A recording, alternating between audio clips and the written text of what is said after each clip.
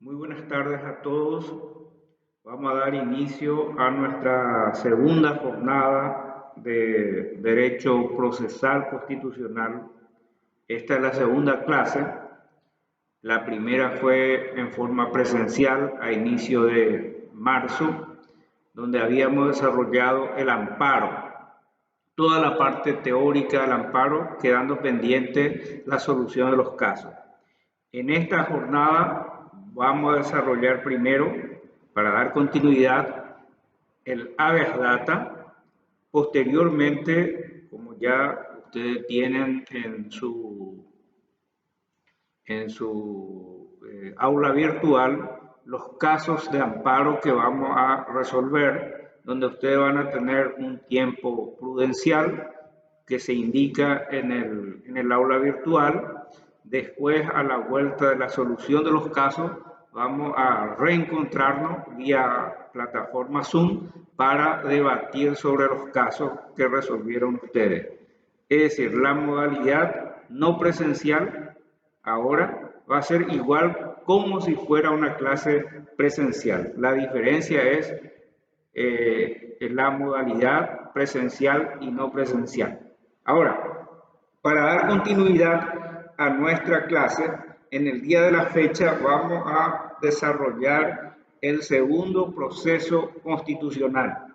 Habíamos dicho en la primera clase que se denomina procesos constitucionales porque son procesos judiciales que se reglamenta en la propia Constitución y tiene por objetivo fundamentalmente la protección de derechos. Son procesos judiciales tendientes a proteger derechos. Ahora, en la clase anterior habíamos comenzado con el desarrollo del amparo.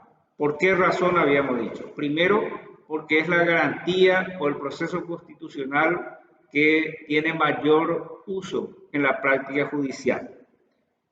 Porque, como habíamos dicho, generalmente cuando el profesional no sabe qué plantear, se le ocurre plantear el amparo. Pero habíamos dicho también que este tiene problema. El amparo es uno de los procesos constitucionales que generalmente se rechaza. Con mayor frecuencia es objeto de rechazo. Y decíamos, el amparo se convierte de esta forma en una especie de desamparo.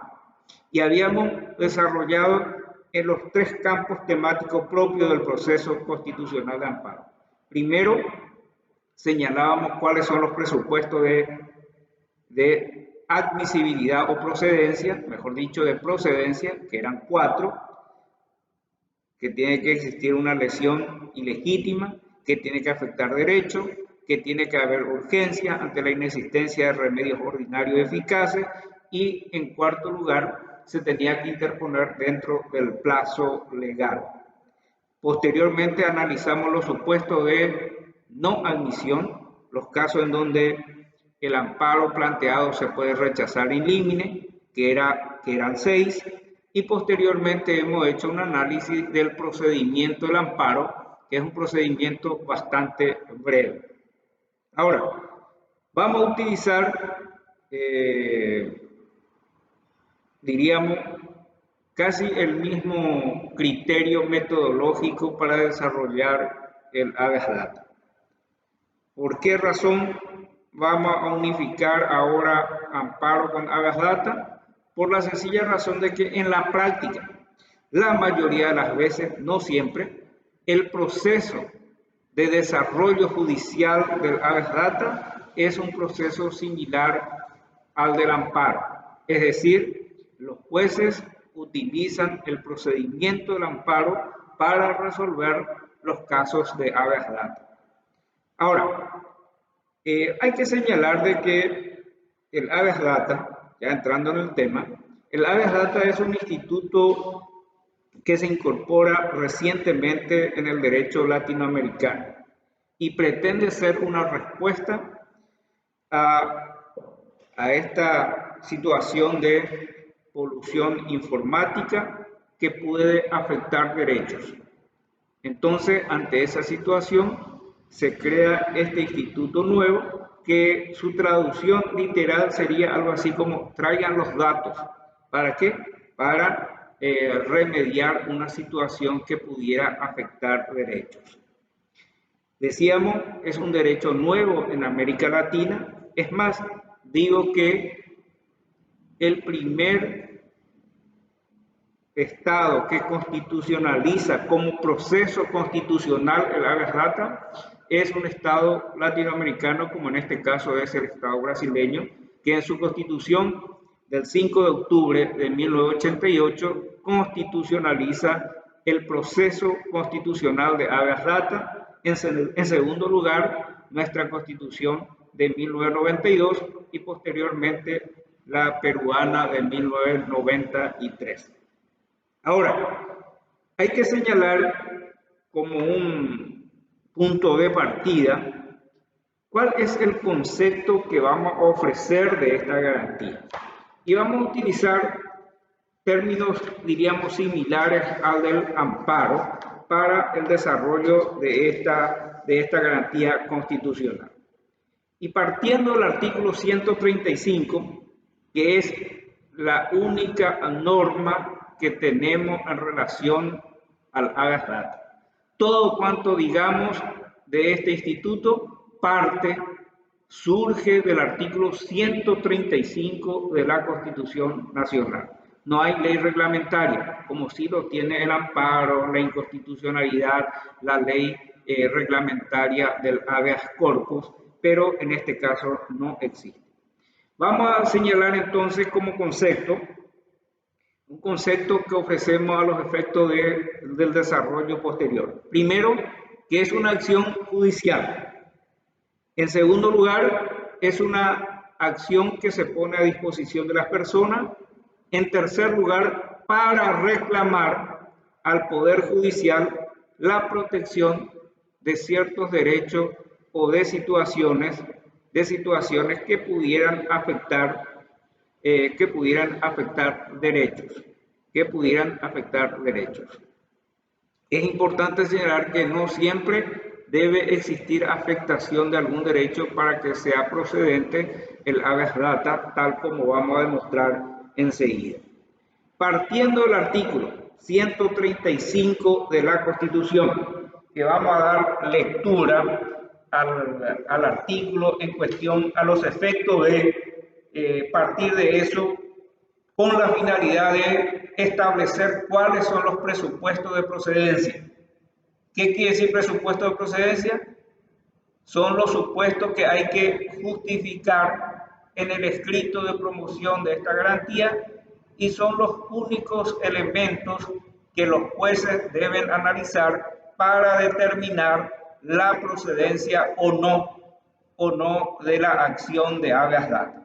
El artículo 135 de la Constitución dice que toda persona podrá acceder a la información y a los datos que sobre sí mismo o sobre sus bienes obren en órganos oficiales o privados de carácter público, así como conocer el uso que se haga de los mismos y de su finalidad.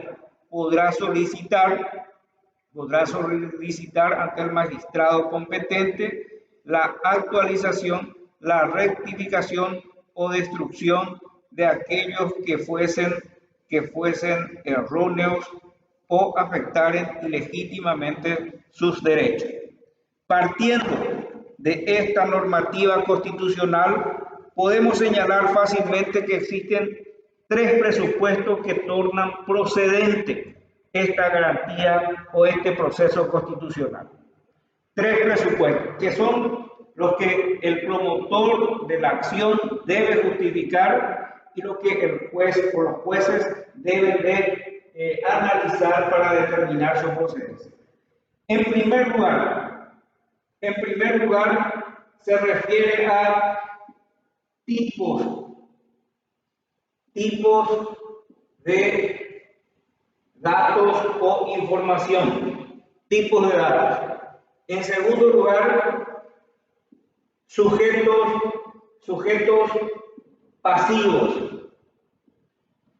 es decir, dónde tienen que estar almacenados los datos que se va a requerir. En tercer lugar, En tercer lugar, las finalidades. Finalidades. ¿Qué quiere decir esto? ¿Qué es lo que se puede solicitar por medio de esta acción de haga data? En primer lugar, tipos de datos. ¿Qué tipo de datos se puede reclamar? ¿Sobre qué tipo de datos se puede reclamar en este proceso constitucional? Son dos tipos de datos, no otros. Solamente dos. El primero tiene que ser un dato o información de carácter personal. Tiene que vincularse a la persona del requirente, del solicitante, del recurrente. Y en segundo lugar, puede ser datos patrimoniales, también de la persona quien acciona ante el órgano judicial correspondiente. Acá tenemos datos personales. Y ahora tenemos un primer problema de orden práctico. ¿Cuáles son los datos personales? Hay una ley que determina cuáles son los datos personales que se pueden requerir por vía de esta acción y no existe. Porque hay datos que a veces se requieren que no tienen carácter personal. Por ejemplo, en la práctica se suele leer acciones en donde se promueven porque se quiere conocer quiénes llamaron en tal o cual línea telefónica, quiénes o cuántas llamadas se recibió de una línea telefónica. O a veces se requiere informaciones con respecto a calificaciones académicas. Entonces, la pregunta es, ¿estas informaciones constituyen datos personales?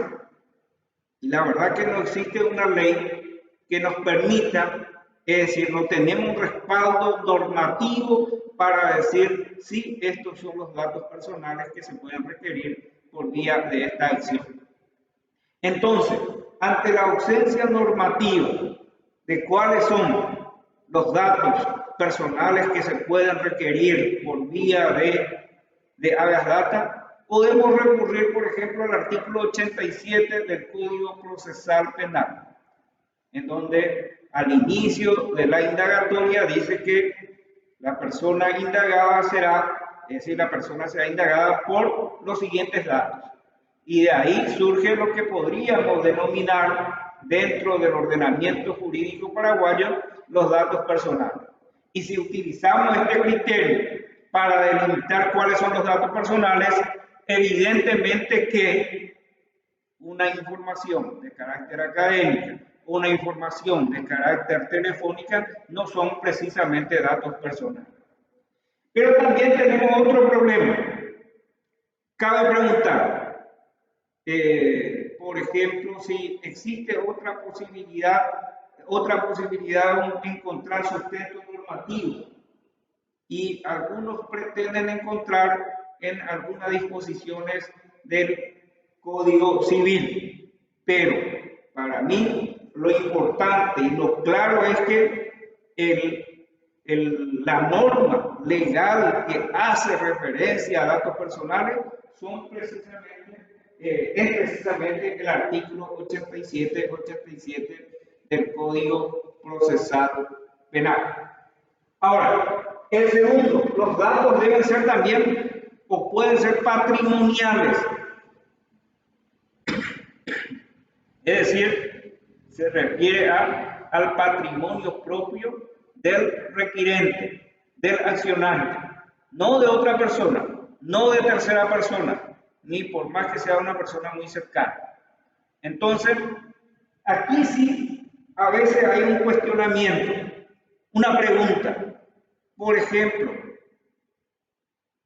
el patrimonio de una municipalidad podría constituirse también patrimonio personal del requirente. Y hay una duda, porque si nosotros utilizáramos el principio republicano, que es un principio informador del Estado paraguayo, podríamos decir que sí, que es un patrimonio del ciudadano que está siendo administrado por un administrador electo por el ciudadano. Esta interpretación que podríamos hacer en función al principio republicano,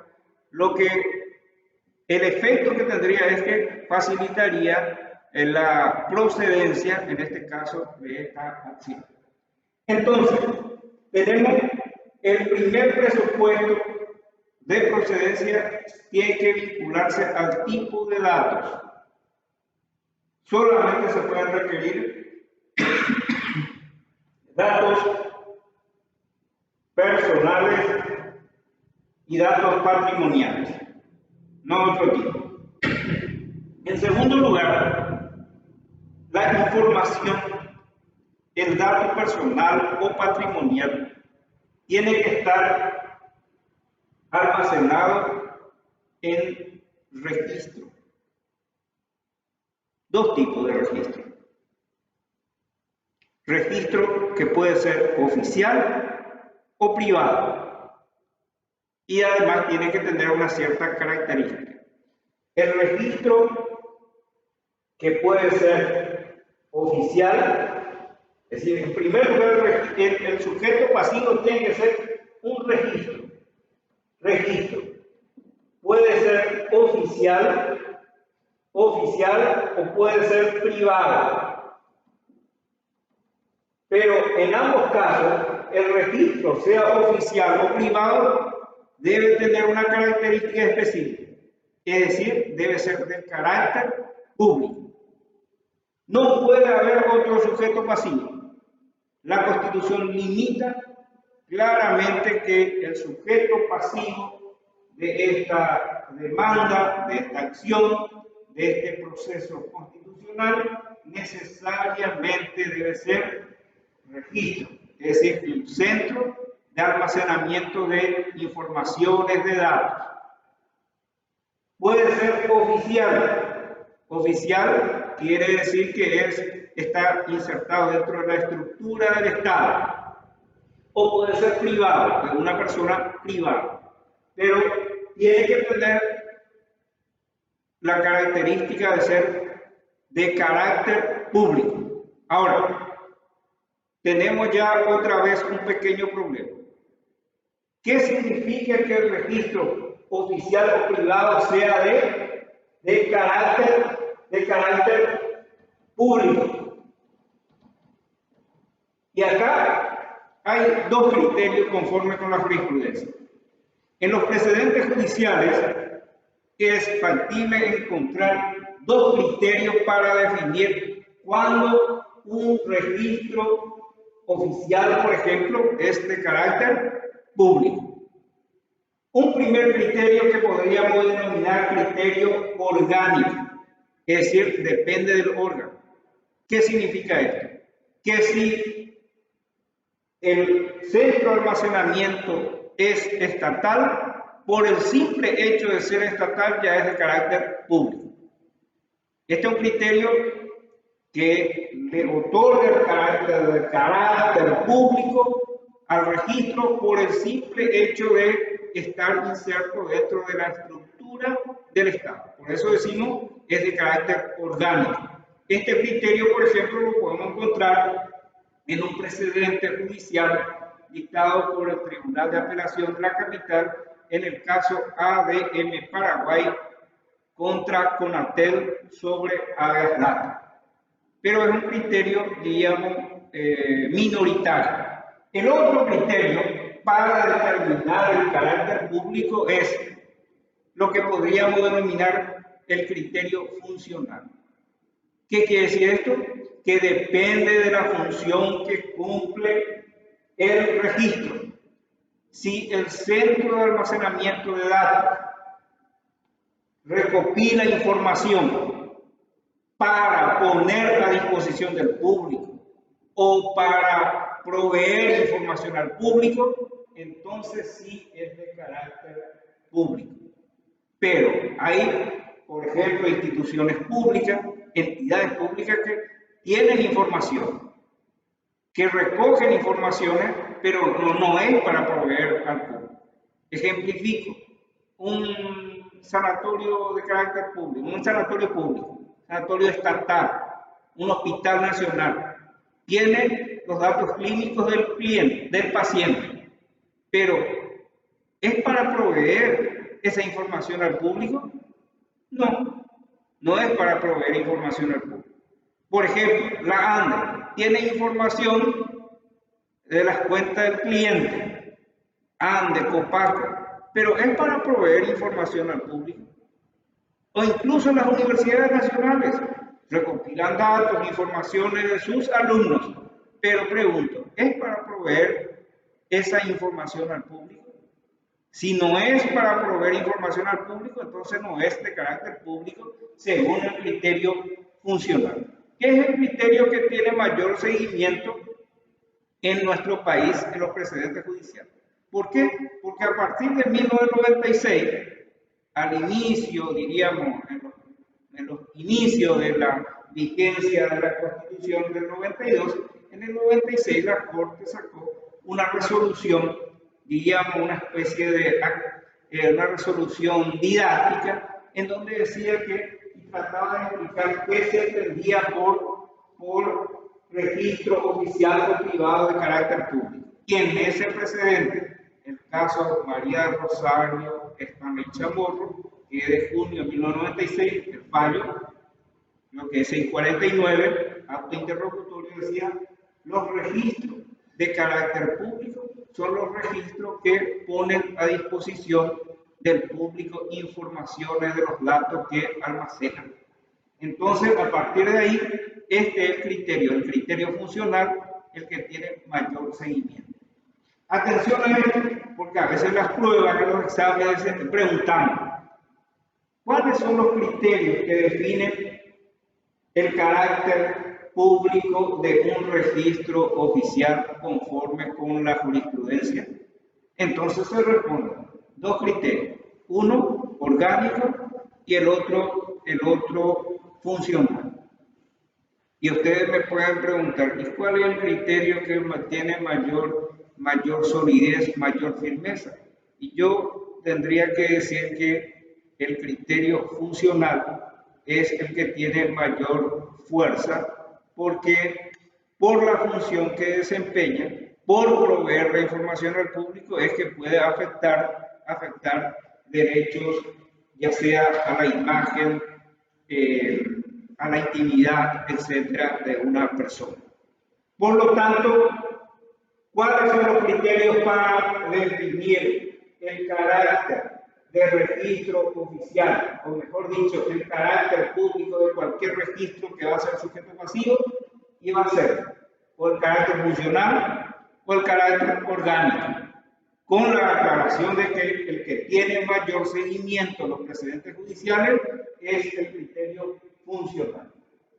Ahora, es muy importante, según el criterio que se sigue, va a determinar que haya mayor cantidad de sujeto pasivo, porque si se sigue el criterio orgánico, va a haber una mayor cantidad de sujeto pasivo.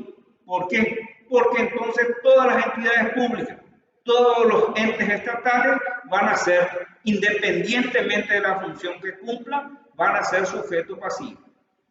Sin embargo, si se sigue el criterio funcional, entonces solamente serán sujeto pasivo aquellas entidades públicas que proveen información, que tienen datos, pero que proveen información al público. Los registros públicos que dependen de la Corte Suprema, el registro electoral, etcétera, solamente a título de ejemplo. Es más, es importante sostener y reiterar de que no será de carácter público si no provee información al público. Y esto también se da en el ámbito privado, porque hay entidades bancarias, ¿verdad?, que generalmente en la práctica son sujeto pasivo.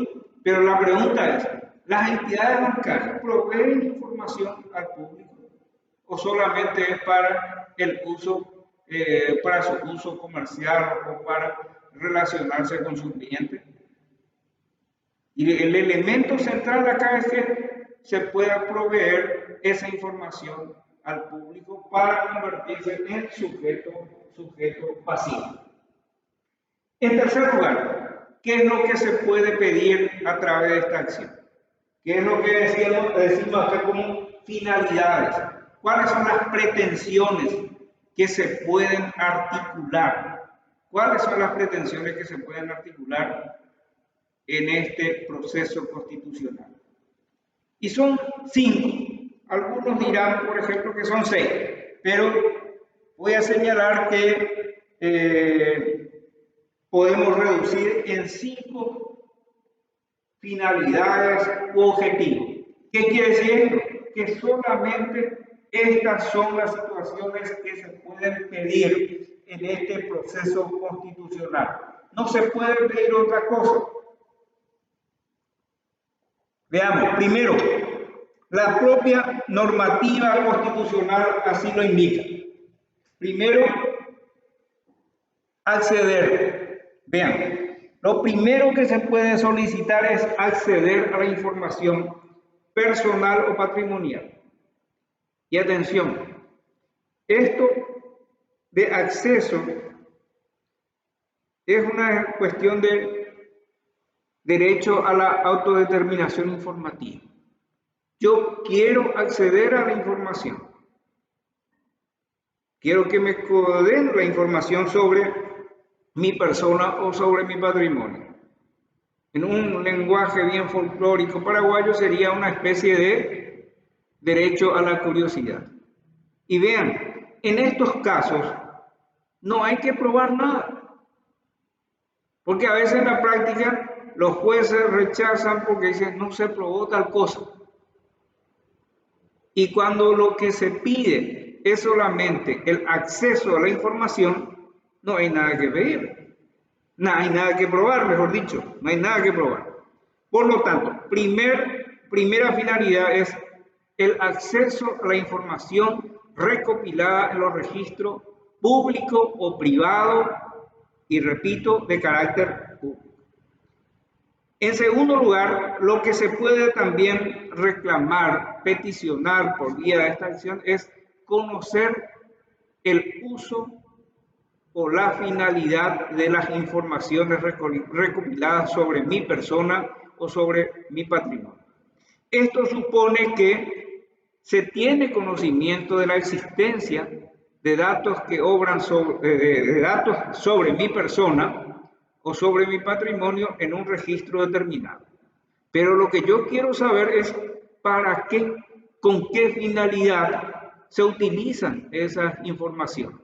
Es una especie de pretensión de control, el por qué se utilizan estas informaciones personales dentro de ese registro, sea público o privado. En tercer lugar, se puede solicitar ¿qué cosa? Se puede solicitar primero la actualización. ¿Qué supone esto? Supone que la información en su momento fue una información cierta, pero que con el transcurso del tiempo se ha tornado en una información errónea, falsa. Y lo que yo pretendo es que se mantenga la veracidad de la información, por lo tanto solicito que se proceda a la actualización de las informaciones. En cuarto lugar, puedo solicitar la rectificación de la información. ¿Qué significa eso? Aquí dice que la información no es cierta, que es una información errada. Por lo tanto, solicito que se proceda a la modificación de las informaciones a los efectos de que la información obrante en ese registro sea una información veraz, rectificar. Vean, en este caso sí, si yo solicito la rectificación, tengo que demostrar que la información obrante en el registro es una información errada. Y por último, en quinto lugar, lo que puedo solicitar por vía de este proceso constitucional es la destrucción. En los términos de nuestra Constitución, la destrucción de la información. ¿En qué caso sería procedente la destrucción o la cancelación de la información? La expresión constitucional era la destrucción. Y en primer lugar, si esa información afectar en forma ilegítima los derechos, es decir, se provee una información que no se tiene que proveer, una información muy personal, muy íntima, o en su caso, porque la propia ley prohíbe la difusión de esas informaciones. Por ejemplo, hay una ley de protección de las informaciones privadas que prohíbe, por ejemplo, la difusión de ciertas informaciones. Por ejemplo, lo que denominan informaciones sensibles, por ejemplo, la que se vincula al estado de salud, también a las cuestiones religiosas, deportivas, opciones sexuales, etcétera, son informaciones que no se puede divulgar. Son informaciones prohibidas, no se puede divulgar esa información. Y hay algunas informaciones, por ejemplo, referentes a situaciones patrimoniales, en donde esas informaciones, si no se autoriza por escrito, no se puede proveer. Por lo tanto, al ser proveído esas informaciones sin la autorización exigida por ley, se tiene que proceder a su cancelación. Por lo tanto, para que sea procedente esta garantía constitucional, lo que hay que justificar son estas tres situaciones. Y lo que el juez debe analizar simplemente se refieren también a estas tres situaciones. Primero, que los datos sobre los que se promueve la acción sean referentes a datos personales o patrimoniales del recurrente. En segundo lugar, que esa información, esos datos estén en registros oficiales o privados, pero que sean de carácter público. Y en tercer lugar, lo que se peticiona por vía de esta acción se refiere a una de estas 5 finalidades que hemos señalado. Primero, acceso a la información. Segundo, conocer su uso o finalidad también se dice. Tercero, solicitar la actualización. Cuarto, la rectificación. Y por último, la destrucción de las informaciones. Entonces, solamente esto. Ahora, ¿en qué caso se podría declarar improcedente o rechazar in limine? Y la verdad es que el texto constitucional no dice, como sí lo dice en el caso del amparo, en qué caso no se puede promover. En el amparo sí dice, no se podrá promover amparo en tales casos, la propia Constitución. Y también la ley reglamentaria del Código Procesal Civil. Pero en este caso no existe. La Constitución no dispone nada y no hay una ley reglamentaria del proceso constitucional del habeas data. Por lo tanto, sí se puede construir, a partir de los supuestos de procedencia, se puede construir los casos en que podría rechazarse in limine. Ese rechazo in limine es factible toda vez que se utilice el procedimiento del amparo en la tramitación de esta garantía. ¿Y en qué caso sería improcedente? Primero, por ejemplo, si se solicitara información que no se vinculan a datos personales ni patrimoniales. Por lo tanto, se puede rechazar in limine. En segundo lugar, cuando, por ejemplo, se pidieran datos de terceras personas, por más que sea una persona cercana al peticionante, no es factible. Otro, puede ser que se promueva la demanda contra un sujeto pasivo que no sea un sujeto que provea información al público, privado, que no provea información al público, o que sea una entidad pública que tiene datos registrales, pero que no provee información al público. Por ejemplo, sería un hospital nacional. Entonces, en estos casos no se puede. Y en el ámbito privado hay experiencia, ¿verdad?, de registro privado que no provee información al público y que los datos ni siquiera son personales, pero que en la práctica igual han tenido o tuvieron éxito algunas acciones. Por ejemplo, un grupo de alumnos que promueven Agas Data para acceder a su certificado de estudio, porque la universidad privada no le otorgaba por falta de pago de arancel. Entonces promueve Agas Data y llegó hasta inclusive la Corte Suprema, en donde se le hizo lugar. En primer lugar, los datos que se requerían no se vincula a los datos personales que habíamos señalado en el artículo 87.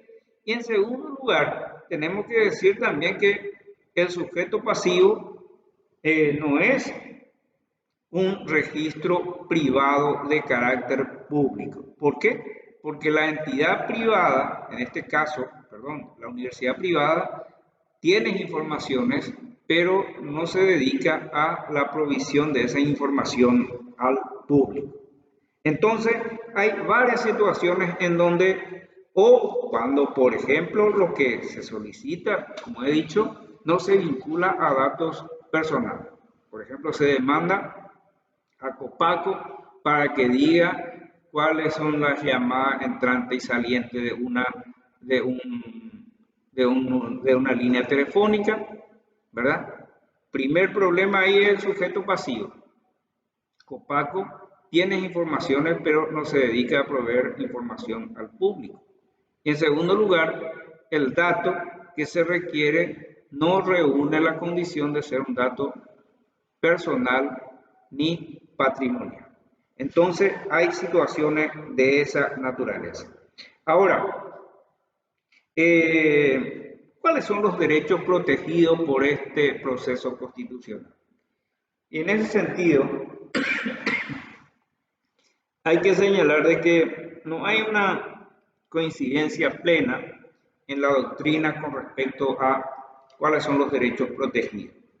Pero si uno mira cuáles son las finalidades del proceso constitucional de Agas Data en el Paraguay, conforme al artículo 135, se puede decir que sí, están protegidos la imagen, la privacidad, la intimidad, el honor, inclusive la información veraz.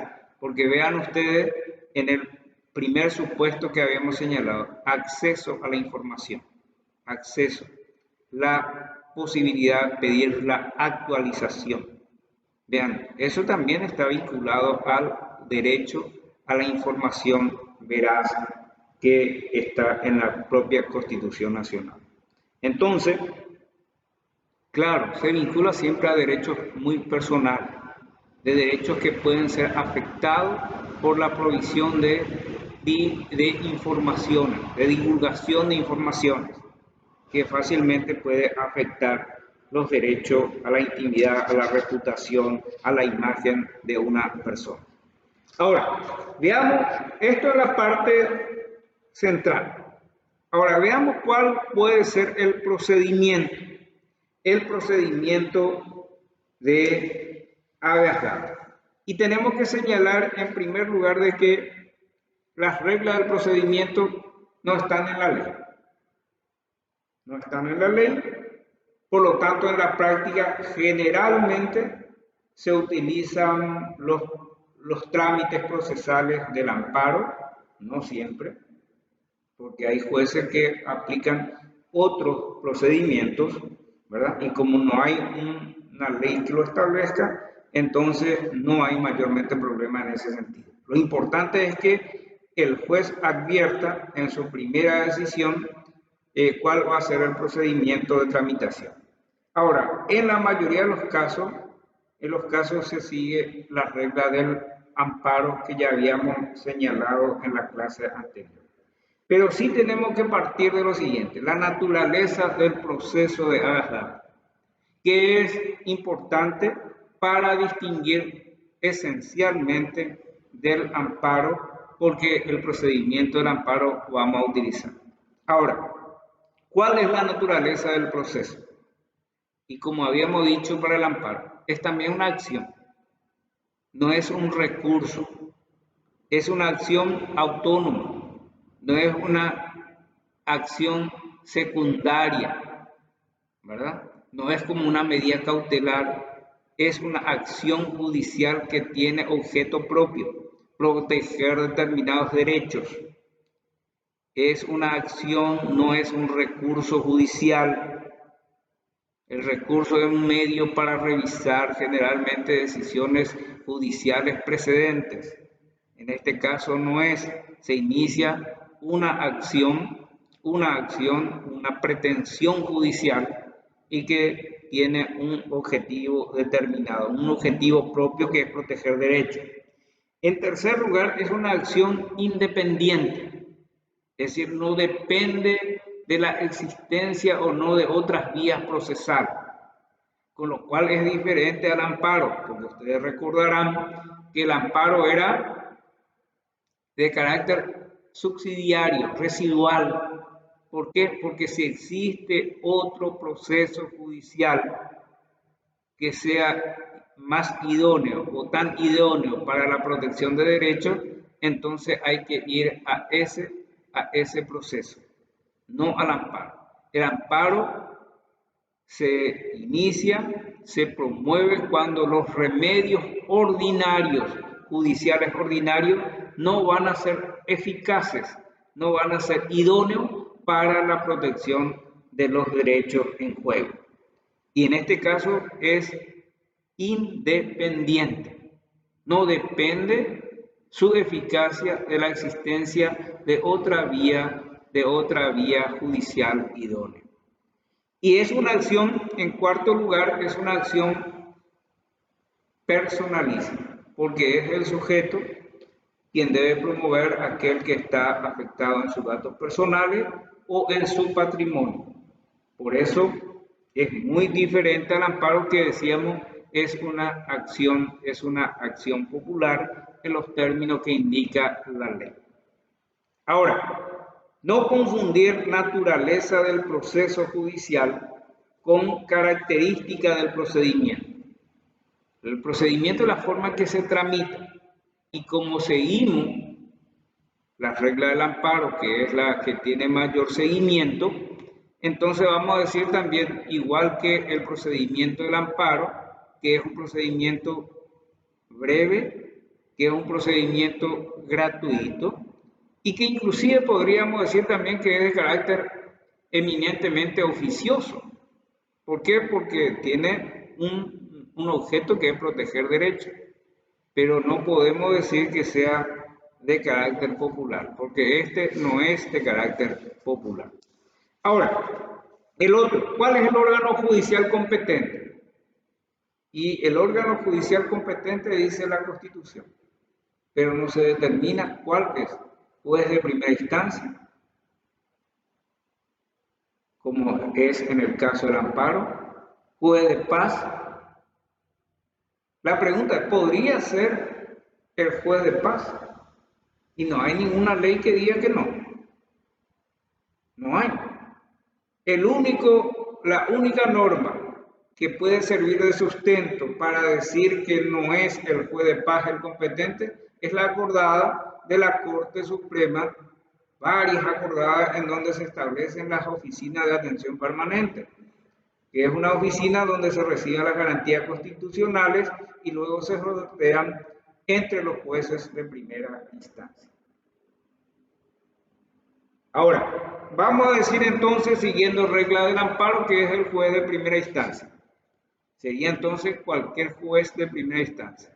Y como en la práctica, esta garantía se presenta ante la Oficina de Atención de Garantías Constitucionales, se sortea entre los jueces de primera instancia. Ahora, ¿Quiénes tienen legitimación activa? Y toda persona vinculado a la protección de sus datos personales o su patrimonio. En la doctrina a veces se cuestiona si, por ejemplo, los herederos pueden o no promover. Claro, los herederos sí, relativo a su patrimonio. Los representantes o los tutores, claro, en ese caso promueve la persona, solamente que el tutor actúa en nombre del otro, pero es para proteger su patrimonio generalmente de la persona a quien le asiste. La pregunta también importante es si el defensor del pueblo podría tener legitimación activa. Y si se vincula, podríamos decir, si se vincula a su función de protección de derechos humanos básicos, entonces se podría admitir. Pero va a depender del criterio interpretativo que tenga el juez en el caso. Después, sujeto pasivo. Ya dijimos quiénes son sujetos pasivos. 2. Registro oficial o privado, pero de carácter público. Registro, un centro de almacenamiento de datos. Oficial cuando está dentro de la estructura del Estado. Privado cuando pertenece a una persona jurídica privada. Y de carácter público ya dijimos que es la que provee información al público, cuya función es proveer información al público. Aunque hay otro criterio que habíamos señalado precedentemente en relación a la delimitación del carácter público de un registro estatal. Ahora, hay problema en la práctica. En un caso se promueve habeas data contra la Dirección General de Catastro. Pierde Dirección Nacional de Catastro primera instancia, apela su representante y el tribunal le niega porque dice no tiene personalidad jurídica propia. Y es cierto, no tiene personalidad jurídica propia. Ni la dirección, ni Hacienda, sino el presidente de la República. Es decir, según este criterio, que es el acuerdo y sentencia número 100 del 30 de diciembre de 2010, tendría que promover en ese caso contra el presidente de la República. Que dicho sea de paso, no es el criterio que tiene mayor seguimiento.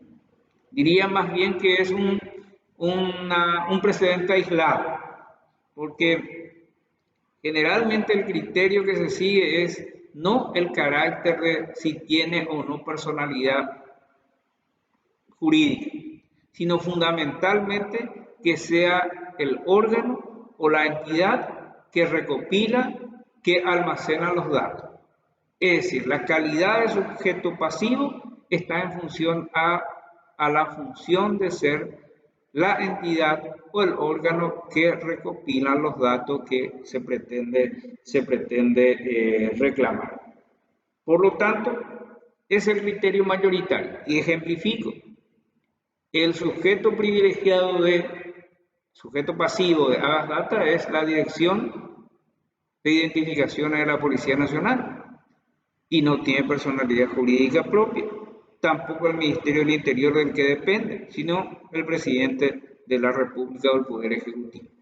Por lo tanto, el criterio mayoritario es el hecho, lo que determina la calidad de sujeto pasivo, no es la técnica de tener o no personalidad jurídica, sino el hecho de ser el órgano que recopilan los datos que tiene que se reclama por vía de esta acción. El hecho de que sea el órgano que recopila, que almacena los datos. Eso es lo que determina. Ahora, otra cuestión. Plazo para deducir la acción. Hay un plazo y no hay. Es más, no es importante que haya. si existiera, podría desnaturalizar. Y ustedes me van a decir, pero utilizamos las reglas del amparo. Pero en el amparo se justifica porque tiene que ser urgente.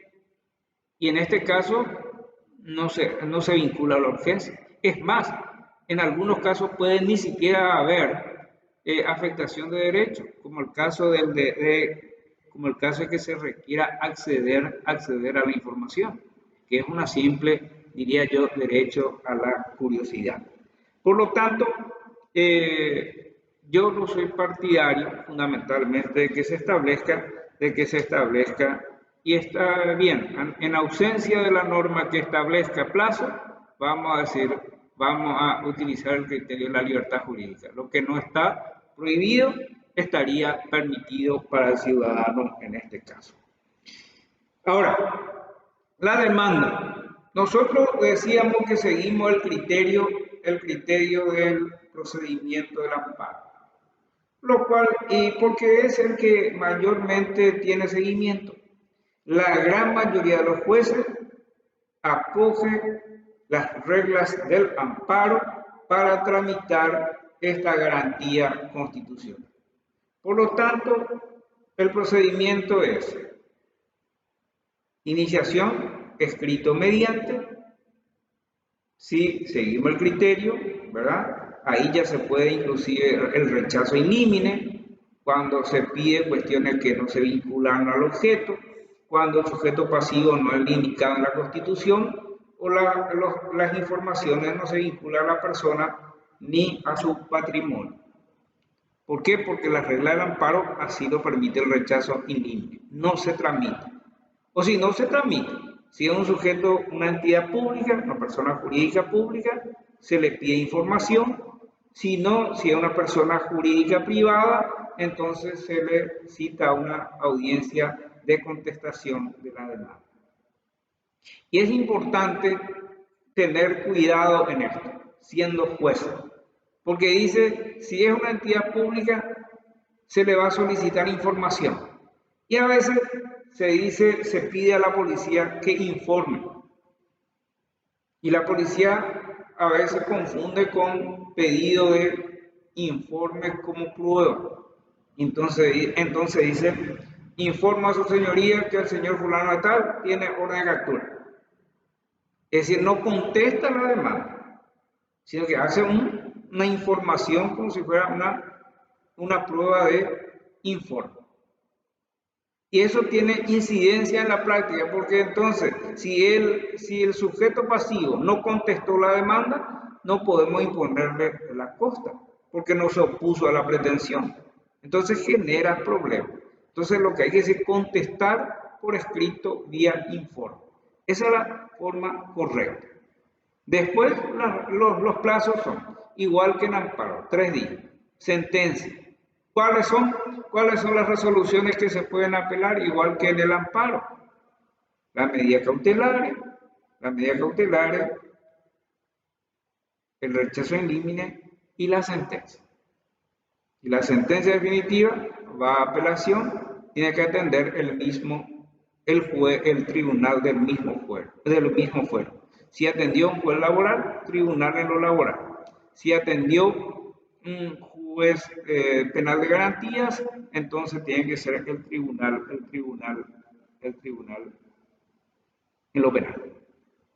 Y eso es lo que podemos informar sobre la garantía de habeas data.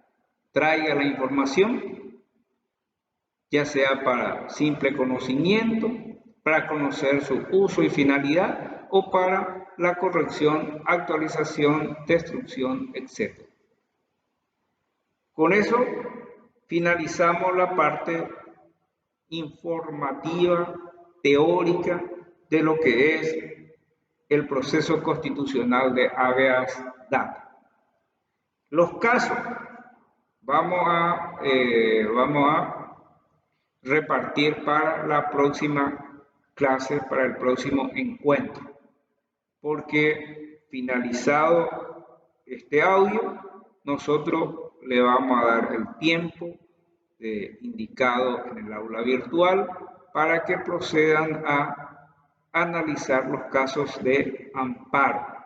Son 7 casos que ustedes van a analizar individualmente y después nos reencontramos en el horario indicado para que por vía de la plataforma Zoom podamos discutir los casos que ustedes resolvieron para que sirva como un repaso y también porque en la prueba los casos van a salir como también algunas preguntas.